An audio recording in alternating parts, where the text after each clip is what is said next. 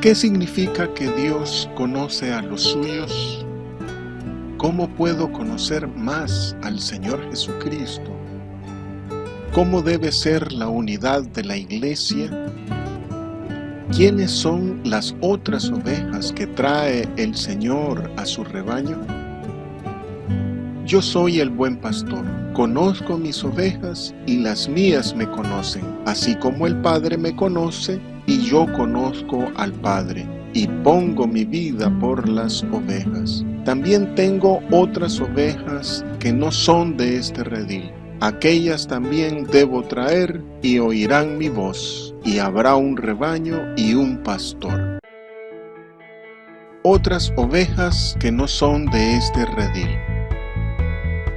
Estudio del Evangelio del apóstol Juan.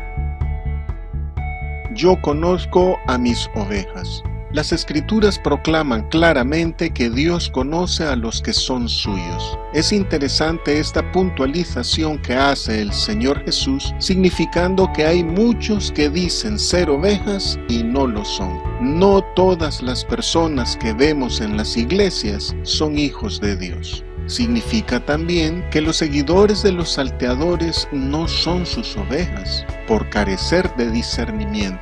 Ya antes el Señor había dicho que sus ovejas son solo las que el Padre le ha dado. Mis ovejas me conocen. El Señor Jesús quiere que lo conozcamos a Él de la misma manera que Él nos conoce. Él quiere un conocimiento mutuo y de interés recíproco basado en el amor. Conocerle significa reconocer su voz, su palabra, su ley, sus mandamientos, su voluntad y ponerla por obra. Conocerle es relacionarnos con Él a través de la oración de manera personal e íntima, con verdadero amor, como amigos, agradecidos por darnos su vida. Conocerle es creer en Él, sin dudas ni reservas. La fe es la base de nuestra amistad con Él. Creerle nos hace sus amigos. Conocerle no es manejar una información general, sino querer ser edificados, exhortados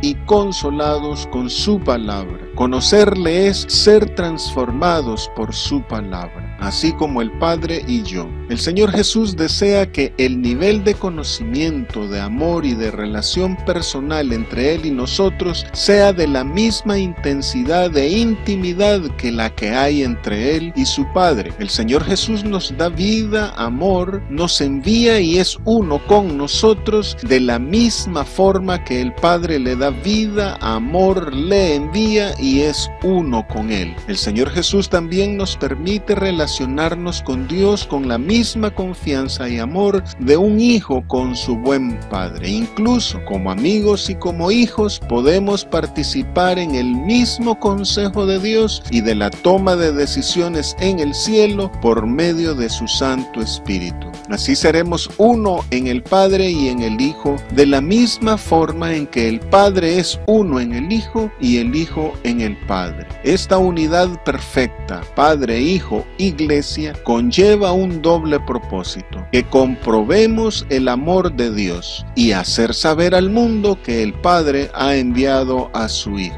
Igual debe ser entre los miembros de la iglesia. Nuestra comunión no debe ser superficial, rutinaria ni aparente, para no provocar soledad en compañía e insatisfacción existencial. La unidad en la iglesia debe ser como la que hay entre el Padre, el Hijo y el Espíritu Santo, sin egoísmo, soberbia ni rivalidad, llena de amor y no de abusos. Pongo mi vida por las ovejas. El Señor Jesús aquí une la condición de pastor a la idea de muerte, no como un riesgo, sino como una certeza. El buen pastor muere por las ovejas, no solo en sentido de vivir para los demás, sino también en el sentido de estar dispuesto a dar su vida física por la iglesia. También tengo otras ovejas. El apóstol Juan dice que cuando el Señor Jesús dijo, tengo otras ovejas que no son de este redil, lo afirmó estando en el pórtico de Salomón. El pórtico templo de Salomón estaba frente al atrio de los gentiles, lo cual lo hace inmensamente simbólico frente al judaísmo nacionalista. Así, el Señor realza su universalismo. Este contexto apunta directamente a los gentiles como esas otras ovejas. Más adelante, el apóstol Juan apuntó que el Señor Jesús moriría también por los que no eran de Israel. También en el Evangelio, en 2 ocasiones se menciona a los griegos, que es otra forma de referirse a los gentiles, aludiendo a la conversión de estas otras ovejas. En su Evangelio, el apóstol Juan, desde un inicio, ha hecho notar el distintivo universalista del ministerio del Señor Jesús. Veamos, todas las personas, judíos y gentiles, hemos sido creados por el Señor. La luz verdadera de Jesús alumbra a todo hombre. El ámbito de acción del Señor es el mundo que por Él fue hecho.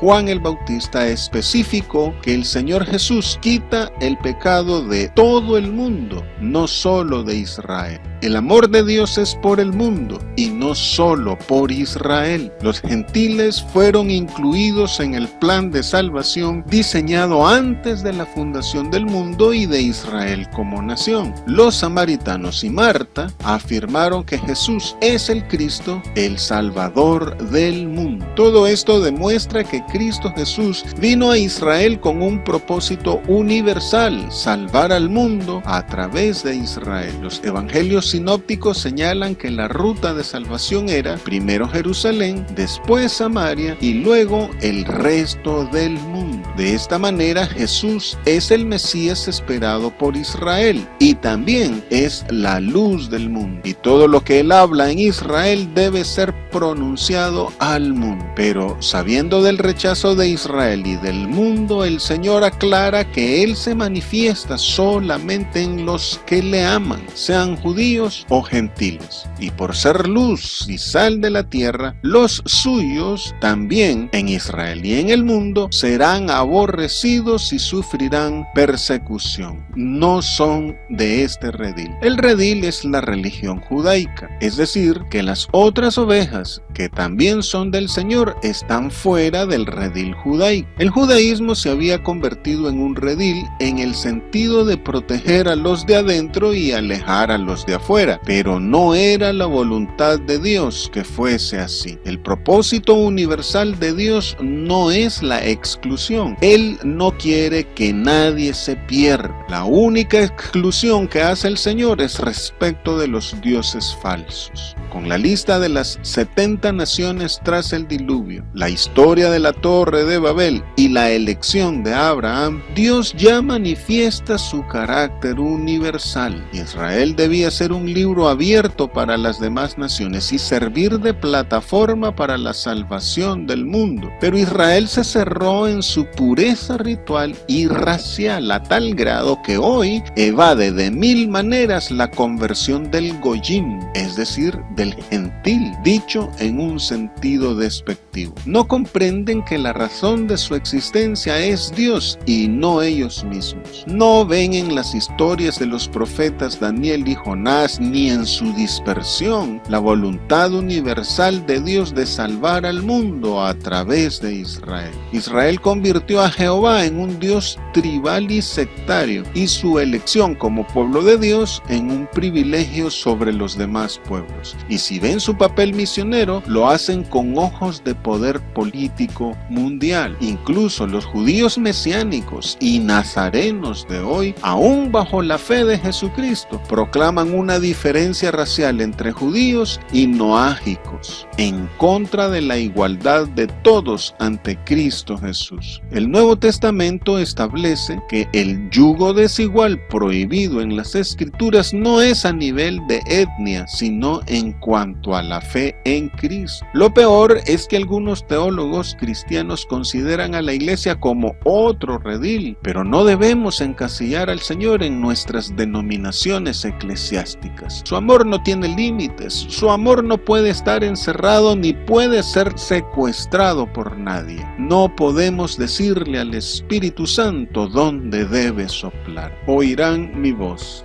Los que son de Dios oyen al Señor Jesús y no solo provienen de Israel, también de entre todo el mundo hay quienes somos de Dios y obedecemos a su verdad. Y al igual que el Bautista nos alegramos grandemente de oír la voz del esposo y nuestro gozo está cumplido. Oír su voz significa dejarnos ser conducidos por Cristo Jesús para que haya un solo rebaño y un solo pastor. No hay pues dos rebaños, sino un solo pueblo de Dios, la iglesia, formada por judíos y gentiles. Un rebaño y un pastor. En la Vulgata se lee un aprisco y un pastor, pero todos los exégetas concuerdan que la traducción aprisco es incorrecta. Este mal uso de la palabra aprisco ha dado pie a algunos para hablar de la unidad de la iglesia en un sentido de unicidad, es decir, del ecumenismo en una sola iglesia. En el siguiente video retomaremos este punto sobre la unidad de la iglesia. El Señor Jesús, como el Hijo de David, da cumplimiento aquí a la profecía escatológica de un rebaño y un solo pastor. La grey de Cristo Jesús es la iglesia y Él es la cabeza de la iglesia y el sustentador de los creyentes. Cristo es el único pastor y obispo auténtico y Él realiza su actividad ministerial a través de los que Él elige. Y los elegidos legítimamente están solamente entre los que han pasado por la puerta de las ovejas, entre los que le siguen, imitan y le reconocen como el verdadero y único pastor. Aquí, el judaísmo argumenta que Jesús de Nazaret no puede ser el Mesías porque no restauró el reino de Israel ni congregó a los israelitas dispersos entre las naciones según las profecías. Es que ellos, al no reconocer a Juan el Bautista como profeta, no aceptaron su anuncio del retorno de la cautividad a través de Jesucristo. El entendimiento literal, étnico, político y militar del judaísmo sobre el Mesías les hace negar aún hoy la óptica universal y espiritual de la misión salvífica del Señor Jesús. Pero el Señor Jesús hasta el día de hoy sigue congregando a su alrededor a todos los hijos de Dios que están dispersos por el mundo, entre los judíos y entre los gentiles. Es la muerte de Cristo Jesús la que produce la reunificación de los hijos de Dios dispersos entre judíos y gentiles. En su paso por Samaria, el Señor Jesucristo llamó cosecha a esta reunificación de judíos y gentiles, la cual inauguró en la fiesta de la cosecha, es decir, en Pentecostés, y la reunificación con los gentiles comenzó por la casa de Cornelio, una inclusión que fue tan controversial que hasta propició la celebración del primer concilio de la iglesia.